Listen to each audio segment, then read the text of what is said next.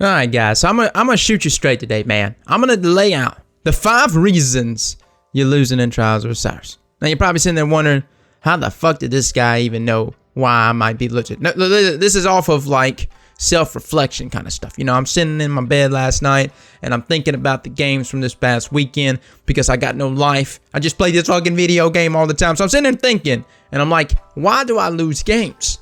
And that's when I kind of came up with these 5 reasons that might actually mean something to someone out there. Might not mean anything, but whatever. Let's get started. The game is just not balanced. That's just that, man. And I know that sounds crazy. You're like, how is that even a reason? No, it's a reason. It's a for real reason. The game is not necessarily balanced. See, when you play something like Sweats, that's kind of balanced. You know, you've got things set up on either side of the teams. You can't rock out exotics. You can't rock out cheesy shit.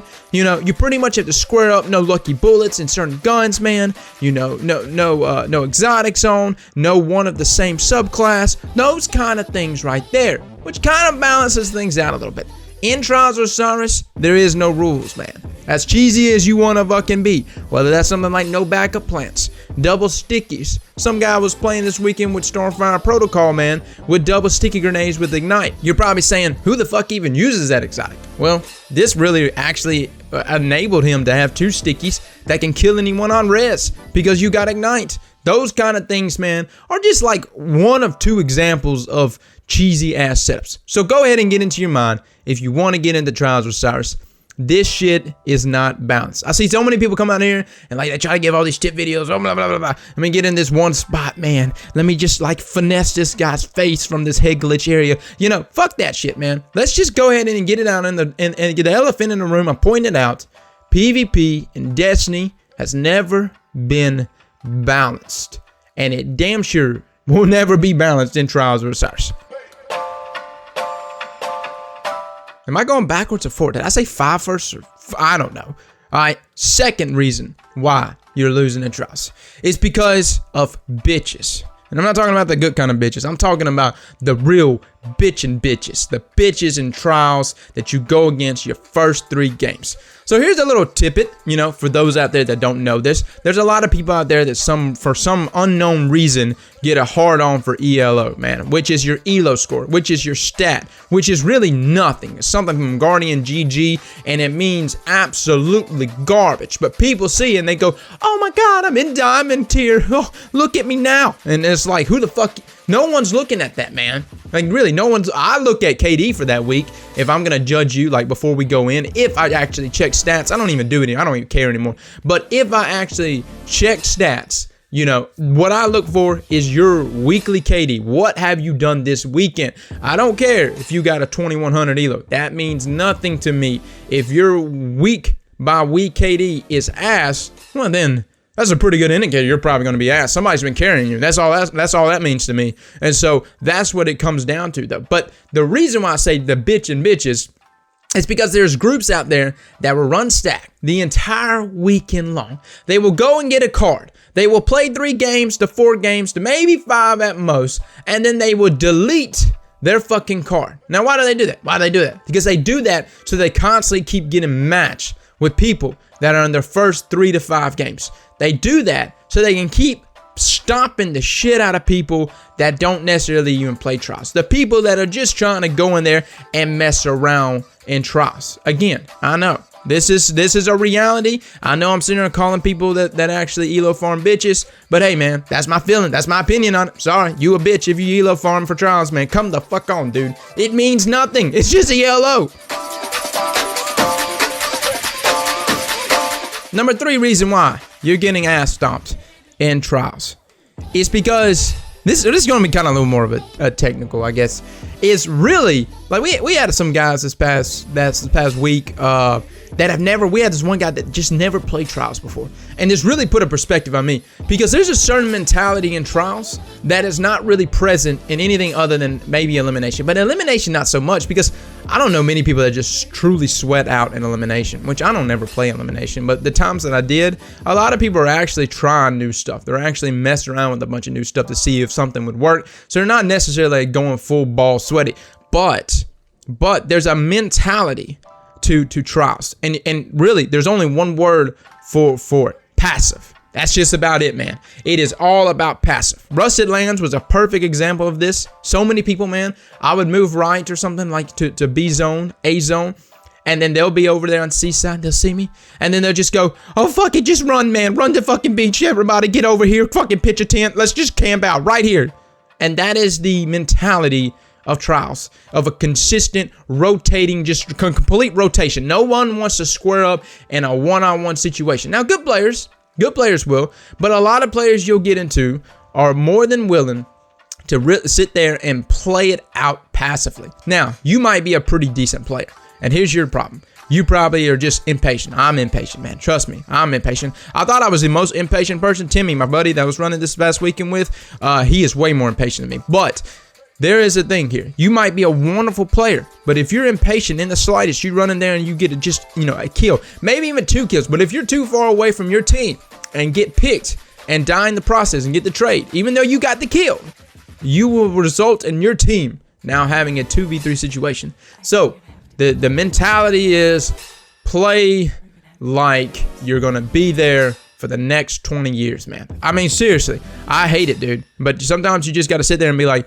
I'm going to be here for a while. Fuck. You know, last night I wanted to take my kid out. We were going to go sit there and roll down the stroller down the road and go have a good time, man. I was going to pop some wheelies with him. He's only 7 weeks old, but we were going to have a good time. I couldn't do that, though, because guess what? These cards these days, man, especially now since the most recent special nerf, they will take an hour and a half to 2 hours. I would really say, man, really prepare for 2-hour-long sessions if you're going to go against teams that are going to play as passively. I love it. You know, if I get beat by a team that pushes, man, I'm like, you know what? Props to them fucking guys. I hate them because they beat me fair and square, but I love them because they didn't play like little bitches. Again, this all like, I mean, I keep reverting back to the word bitch. I don't know why right now.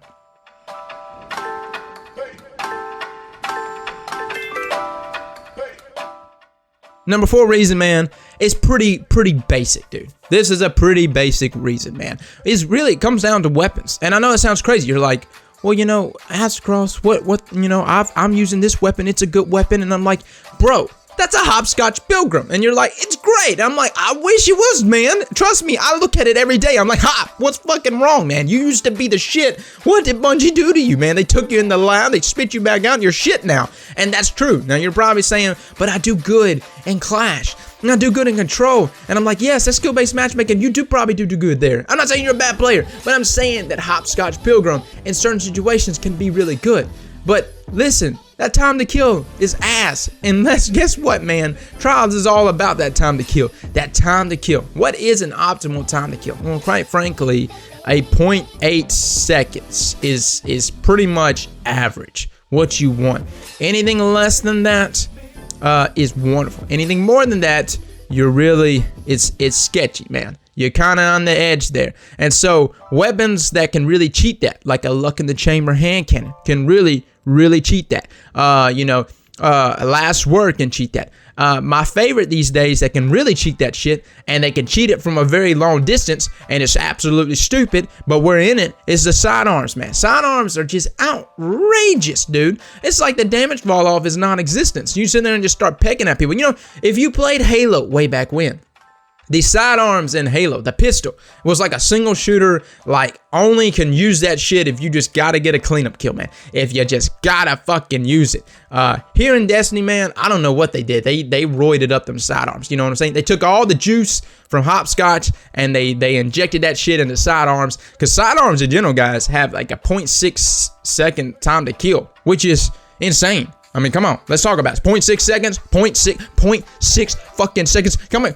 That's longer. I blink longer than 0.6 seconds. Jesus Christ. The 5th and final reason is unfortunate events.